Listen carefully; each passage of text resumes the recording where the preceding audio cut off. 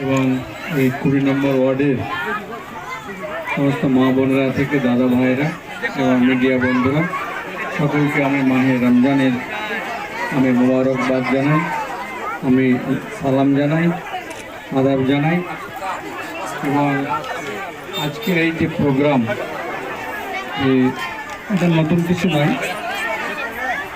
প্রতি বছরই আমাদের পৌরপিতা মফিজুল সাহেব এরকম প্রোগ্রাম তিনি মানুষের পাশে থেকে মানুষের কাজ করতে চান এবং তিনি যে কাজ করেন সেটা আমরা দেখে আসছি যে তিনি প্রতিবারের ন্যায় এবারও দুস্থ পরিবারদেরকে তারাও যেন নতুন বস্ত্র পরিধান করে তারা যেন সেই পবিত্র ঈদের নামাজ এবং উৎসব আনন্দ উৎসব পালন করতে পারে সেদিকে লক্ষ্য রেখে তিনি আজকে এই অনুষ্ঠান করছেন এবং বস্ত্র বিতরণ করছেন। যাই হোক, এরকম আমরা আমাদের প্রিয় বিধায়ক জাকির হোসেনকেও দেখে থাকি, তিনিও মানুষকে তিনিও বিভিন্ন রকমভাবে পুজোতে ঈদে তিনিও বস্ত্র বিতরণ করে থাকেন। তো এরকমভাবে আমরা সকলেই যদি অনুপ্রাণিত হই এবং তাহলে পরে আমাদের আগামী দিনে কোনো সমস্যায় থাকবে না আর কি। তো যাই হোক, আমি দোয়া রাখবো কি আমাদের চেয়ারম্যান সাহেব যে কাজটা করছেন আগামী দিনেও যেন করতে পারেন, সেই জন্য আপনারা দোয়া করবেন, আশীর্বাদ করবেন যে তিনি যেন মানুষের পাশে থেকে মানুষের কাজ যে করছেন সেটা যেন অব্যাহত থাকে। সবটাই কিন্তু আপনাদের দোয়া আশীর্বাদের ফলে হয়ে থাকে। আর পরম করুণাময় আল্লাহ পাক রব্বুল আলামিন যেন ওনাকে দিয়ে যেন ভালো কাজটাই করেন। আমরাকে সকলকে আল্লাহ যেন হেদায়েত করেন, আমরা যেন ভালো কাজের মধ্যে থাকি, আমাদের যেন আমরা সকলে ত্রুটিমুক্ত হয়ে চলতে পারি সেদিকেও আমরা সকলে লক্ষ্য রাখব। তো যাই হোক, সকলকে আমি আরও একবার মাহে রমজানের মোবারকবাদ জানাচ্ছি।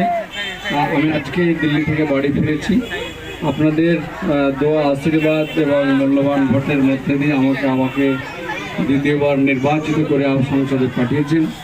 তো কাজে সংসদ থেকে আবার ফিরেছি, কিন্তু সংসদে আবারও আমাকে যেতে হবে। হয়তো ঈদের নামাজ পড়ে হয়তো দুপুরবেলাতে আমি আবার যেতে হবে, কারণ পরের দিনে আপনারা সকলে জানেন যে কেন্দ্রীয় সরকার এই মুহূর্তে ওয়াকফ অ্যামেন্ডমেন্ট বিল 2024 নিয়ে উঠে পড়ে লেগেছে। কাজে আমরাও চাই যে এই বিলের যে আমরা প্রতিবাদ জানাচ্ছি আমরা যেন সংসদে উপস্থিত আমরা থাকতে চাইছি। তো তার জন্য আমাকে যদি ঈদ দিল্লিতে করতে হয় তো ঈদ দিল্লি দিতে হবে, এই মানসিকতা নিয়ে চলছে। তো যাই হোক, আপনারা দোয়া করবেন যেন আমিও যেন আপনাদের কাছে বারবার আসতে পারি। চেয়ারম্যান সাহেব, আমাদের ভাইস চেয়ারম্যান, কাউন্সিলর সকলে আছে, সকলের জন্য দোয়া করবেন যেন সকলকে আমিও বলবো আপনারাও মানুষ আপনাদেরকে ভোট দিয়ে নির্বাচিত করেছেন, আপনারাও মানুষের ডাকবে বলে যাবো তা নয়, নিজে থেকে যাব। কিন্তু ঘর থেকে বেরোলেই আপনার ওয়ার্ডের এরিয়া পড়ে যাচ্ছে। কাজে এই কাজগুলোকে আমরা করতে গেলে আগামী দিনে আমাদের সহজ পথ অনেক সহজ হয়ে যাবে আর কি। যাই হোক, সকলকে আমি আমার শুভেচ্ছা অভিনন্দন, আগাম ঈদের আমি প্রীতি শুভেচ্ছা জানিয়ে আমার বক্তব্য শেষ করছি। ধন্যবাদ, সকলে ভালো থাকুন, সুস্থ থাকুন। এক্ষুনি যাবো ঘোষণা নয়, আমি এক্ষুনি যাব রানীনগরে, যে রাস্তাটা ভেঙেছি আর কি। আমি দিল্লিতে থাকাকালীনই আমি মেসেজটা দেখেছিলাম এবং আমি সেখান থেকে দিল্লি থেকে ডিএম সাহেবকে লিখিতভাবে বিষয়টা জানিয়েছি যে তাড়াতাড়ি এই ব্যবস্থা হোক আর কি। কারণ ডিএম সাহেবই হচ্ছেন আমাদের জেলার, তিনি হচ্ছেন জেলা শাসক, তিনি আমাদের প্রশাসকের প্রধান।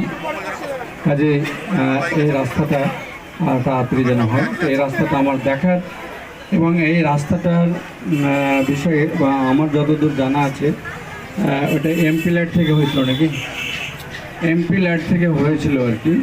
কিন্তু এখনও কিছু টাকা এখনও বিডিও অফিসে জমাই আছে। আমি বিডিও সাহেবকে আজকে আমি ডেকেছি আর কি, ওনাকে আমন্ত্রণ জানিয়েছি, উনিও আসছেন।